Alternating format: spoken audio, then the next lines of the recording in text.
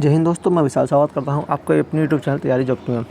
दोस्तों, जैसे आपको पता है कि हमने हिंदी की एक सीरीज़ चला रही थी जिसमें मैं आपको पर डे 40 क्वेश्चन कराता हूं और ये सेट आपको रोज़ शाम 5 बजे देखने को मिलता है। तो उसी क्रम को हम आगे बढ़ते हुए हम लेकर आया हूँ आज आपके लिए हिंदी का प्रैक्टिस सेट नंबर 12, जिसमें आपको पूरे 40 क्वेश्चन देखने को मिलेंगे। ठीक है, और जो आपकी संभवतः डेट जो यूपी कांस्टेबल की है वो जुलाई से अगस्त के बीच में होने वाली, तो उसी को हम टारगेट कर रहे हैं और उसी टारगेट को आगे बढ़ते हुए आज प्रैक्टिस नंबर 12 है। 12 का पहला क्वेश्चन हमारे सामने दिए हुए में से कौन सा विकल्प घड़ियाँ गिनना का अर्थ दर्शाता है। आपको बताना है घड़ियाँ गिनने का सही अर्थ क्या है। ऑप्शन है हमारे आज का प्रैक्टिस नंबर, बता दूँ आपको, प्रैक्टिस नंबर है 12। ठीक है, 12 का पहला क्वेश्चन है घड़ियाँ गिनना का सही अर्थ बताना आपको क्या है। ऑप्शन है हमारे मृत्यु का समय दूर होना, ऑप्शन बी बहुत बेचैनी से इंतजार करना, ऑप्शन सी अधिक बीमार होना, ऑप्शन डी बहुत कमज़ोर होना।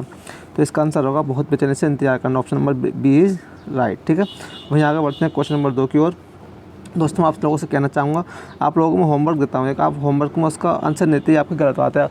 जो भी आपको होमवर्क दिया था उसका प्लीज़ कमेंट सेक्शन में उसका आंसर दिया करना, और जो भी वीडियो में कमी है या कुछ सुधार करने की ज़रूरत है आप मुझे ज़रूर बताएं। ठीक है, तो आज का दूसरा क्वेश्चन है चादर का बहुवचन बताना आपको कौन सा होगा। ऑप्शन है हमारे ए चादर चादर, बी चादरें, सी चादराओ, ऑप्शन डी चादरों। तो इसका आंसर होगा option number B is right, चादरें। चादर का बहुवचन क्या होगा, चादरें। ठीक है, क्वेश्चन नंबर 3 है हमारा। क्वेश्चन नंबर 3 पूछ रहा है हमसे पराजय एवं माला का एक समानार्थी शब्द क्या है। आपको बताना है पराजय और माला का समानार्थी शब्द क्या है। ऑप्शन है हमारे ए जय, बी जीत, सी हार, डी गला। तो पराजय और माला का एक अर्थ है option number C is right, हार। क्वेश्चन नंबर 4 की ओर बढ़ते हैं। क्वेश्चन नंबर 4 आता है हमारा छाया है माथे पर आशीर्वाद सा पंक्ति में प्रयुक्त अलंकार है। तो मैंने आपको बताया जहाँ भी सा सी से सम सदृश ऐसे वर्ड आपको देखने को मिलते हैं वो हमारा कौन सा अलंकार होता है, वह हमारा उपमा अलंकार होता है, यानी option number D is right. आगे बढ़ते हैं क्वेश्चन नंबर 5 की ओर।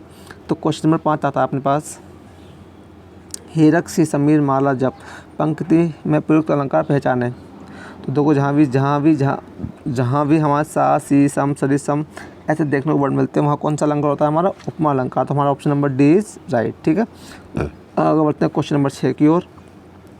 तो क्वेश्चन नंबर 6 है अपने पास 9 2 11 होना इस मुहावरे का अर्थ दिए हुए में से कौन सा विकल्प दर्शाता है। आपको बताना है।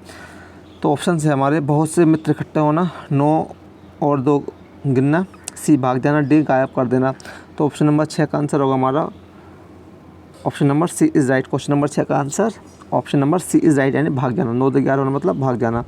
आगे बढ़ते हैं क्वेश्चन नंबर 7 की ओर। तो क्वेश्चन नंबर 7 आता है अपने पास दिए गए विकल्प में से मनोहर का समानार्थी शब्द चुनिए। आपको बताना मनोहर का समानार्थी शब्द क्या है। ऑप्शन है हमारे ए रोचक, बी दिलचस्प, सी दास्ता, डी सुहावना।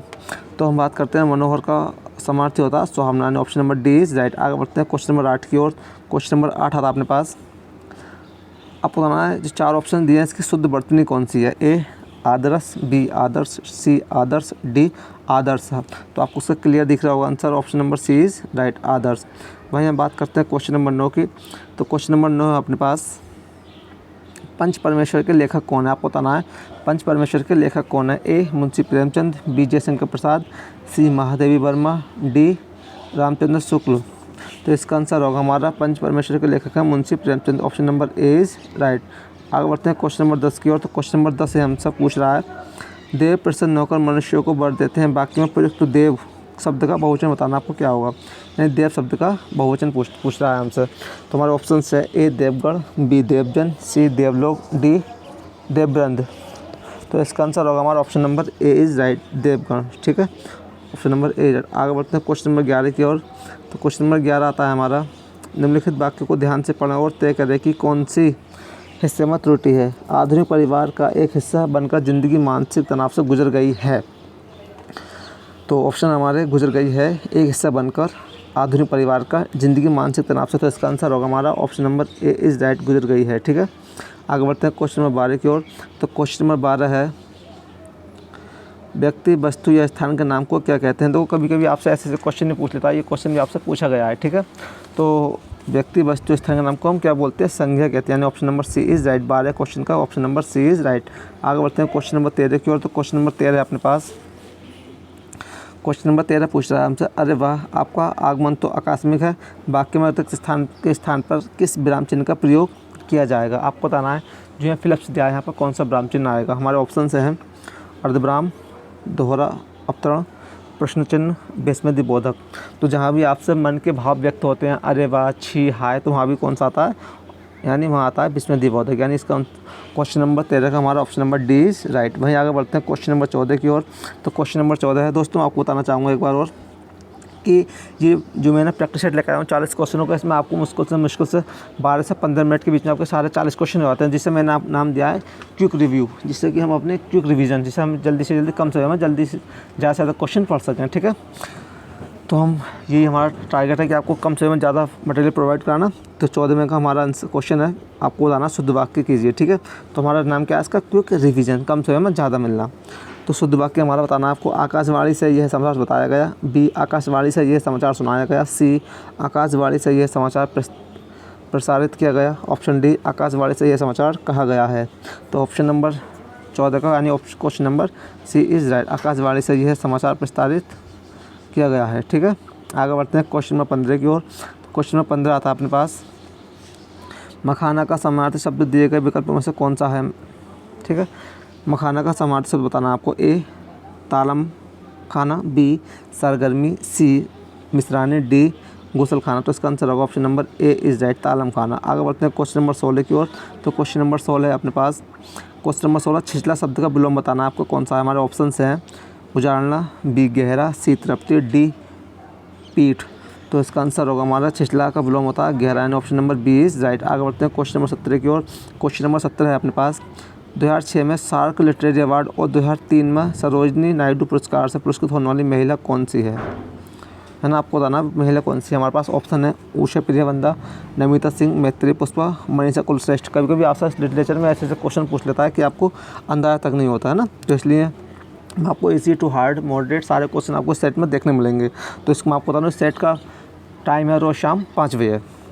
तो इसका आंसर होगा हमारा 17 का option number C is right, Maitreyi Pushpa को ये मिले हैं 2006 में सार्क लिटरेरी अवार्ड और 2003 में सरोजिनी नायडू पुरस्कार। ठीक है, आगे बढ़ते हैं क्वेश्चन नंबर 18 की ओर। तो क्वेश्चन नंबर 18 है अपने पास, बगीचे का सुंदरता अनूठा है, सही वाक्य का चयन करना। मतलब आपको ये वाक्य दिया है, गलत दिया है, इसका सही प्रारूप बताना कौन सा होगा। ए बगीचे का सुंदरता अनूठी है, बी बगीचे की सुंदरता अनूठी है, सी बगीचे की सुंदरता अनूठा है, डी बगीचे की सुंदरता अनूठा है। तो हम बात कर ले 18 की, तो उसका आंसर होगा option number D is right, बगीचे की सुंदरता अनूठी है, ना कि बगीचे का सुंदरता अनूठी है। ठीक है, आगे बढ़ते हैं क्वेश्चन नंबर 19 की ओर। तो क्वेश्चन नंबर 19 पूछ रहा है हमसे, खालिस्तान बनना आपको, धन के डैश में आज भी कुछ लोग डैश बन जाते हैं। ऑप्शन से हमारे लालच जयचंद, बी बंधु मर्द, सी राष्ट्रीय वीरता, डी भ्रष्टाचार हरिश्चंद्र। तो इसका आंसर होगा हमारा, धन के लालच में आज भी कुछ लोग जयचंद्र बन जाते हैं। Option number A is right. Question number 20 की ओर बढ़ते हैं। तो क्वेश्चन नंबर 20 है हमारे पास, सतर्कता शब्द का समानार्थी शब्द दिए गए विकल्पों में से कौन सा है। आपको बताना सतर्कता का समानार्थी शब्द कौन सा है। ए उचित, बी समझदारी, सी मुस्तैदी, डी सार्थकता। तो इसका आंसर होगा 20 में का हमारा question option number A is right, उचित। ठीक है, वहीं हम बात करते हैं क्वेश्चन नंबर 21 की ओर। तो क्वेश्चन नंबर 21 दिया है हमें, पुरानी हिंदी, उर्दू और अंग्रेजी के मिश्रण से उत्पन्न नई जबान कौन सी है। ऑप्शन से हमारे साहित्य भाषा, हिंदुस्तानी भाषा, मानक भाषा, डी पश्चिमी भाषा। तो इसका आंसर होगा option number B is right, पुरानी हिंदी, उर्दू और अंग्रेजी के मिश्रण से उत्पन्न नई जबान है हमारी हिंदुस्तानी भाषा, यानी option number B is right. Question number 22 की ओर। क्वेश्चन नंबर 22 आता है अपने पास। क्वेश्चन नंबर 22 पूछ रहा है हमसे, हल्दी घाटी का रचनाकार कौन है। आपको बताना हल्दी घाटी एक पुस्तक है, इसके लेखक कौन है। ऑप्शन से हमारे Hariaudh, B Sohanlal Dwivedi, C Rana Pratap, D Shyam Narayan Pandey. तो इसका आंसर होगा हमारा option number D is right, Shyam Narayan Pandey. ठीक है, वहीं बात करते हैं क्वेश्चन नंबर 23 की ओर। तो क्वेश्चन नंबर 23 दिया है हमें, ज़मीन आसमान एक करना मुहावरे का अर्थ क्या है। ऑप्शन हमारे ए घोर प्रयत्न करना, बी मतलब निकालना, सी व्यर्थ का कार्य करना, डी पूरी तरह से नक्शा करना। तो हमारा आंसर होगा ज़मीन आसमान एक करना मतलब घोर प्रयत्न करना, option number A is right. वहीं आगे बात करते हैं क्वेश्चन नंबर 24 की ओर। क्वेश्चन नंबर 24 दिया है हमें, पीपर पात्र सरिस मंडोला, इस पंक्ति में मन क्या है। आपको बताना है इस पंक्ति में मन क्या है। ए वाचक, बी उपमेय, सी सारधर्म, डी उपमान। तो हम वही बात कर लेते हैं क्वेश्चन नंबर 24 का। तो इसका आंसर होगा option number B is right, उपमेय। ठीक है, बात करते हैं क्वेश्चन नंबर 25 की ओर। तो क्वेश्चन नंबर 25 दिया है हमें, जो शब्द क्रिया की विशेषता बता उसे डैश कहते हैं। ए क्रिया विशेषण, बी प्रतिक्रिया, सी क्रियाभेद, डी क्रिया रूप। जो शब्द क्रिया की विशेषता बताते हैं हम उसे बोलते हैं क्रिया विशेषण, यानी option number A is right. Question number 26 को और बढ़ते हैं। तो क्वेश्चन नंबर 26 आता है अपने पास, डैश से संज्ञा या सर्वनाम शब्द की विशेषता प्रकट होती है। मतलब आपको बताना है जो शब्द संज्ञा या सर्वनाम की विशेषता बताते हैं उसे हम क्या कहते हैं। ए संज्ञा, बी विशेषता, सी विशेष्य, डी विशेषण। तो अब वो बोलते हैं हमारा विशेषण, यानी option number D is right. अब आगे बढ़ते हैं क्वेश्चन नंबर 27 की ओर। तो क्वेश्चन नंबर 27 दिया है, काठ का उल्लू का अर्थ क्या है। आपको बताना है काठ का उल्लू का अर्थ क्या है। ए निर्जीव, बी अधिक सरल, सी मूर्ख, डी अडिग। तो काठ का उल्लू का अर्थ है option number C is right, यानी मूर्ख। ठीक है, बात करते हैं क्वेश्चन नंबर 28 की ओर। तो क्वेश्चन नंबर 28 दिया है हमें, क्वेश्चन नंबर 28 है, दिए गए विकल्पों में से मूर्धनी शब्द के विपरीतार्थक शब्द का चयन कीजिए, यानी मूर्धनी का विलोम शब्द बताना है हमें। तो ऑप्शन है हमारे, ए तात्कालिक, बी विषाद, सी स्थायी, डी जीवंतता। तो इसका आंसर होगा मूर्धनी का विलोम होता है जीवंतता, यानी option number D is right. आगे बढ़ते हैं क्वेश्चन नंबर 29 की ओर।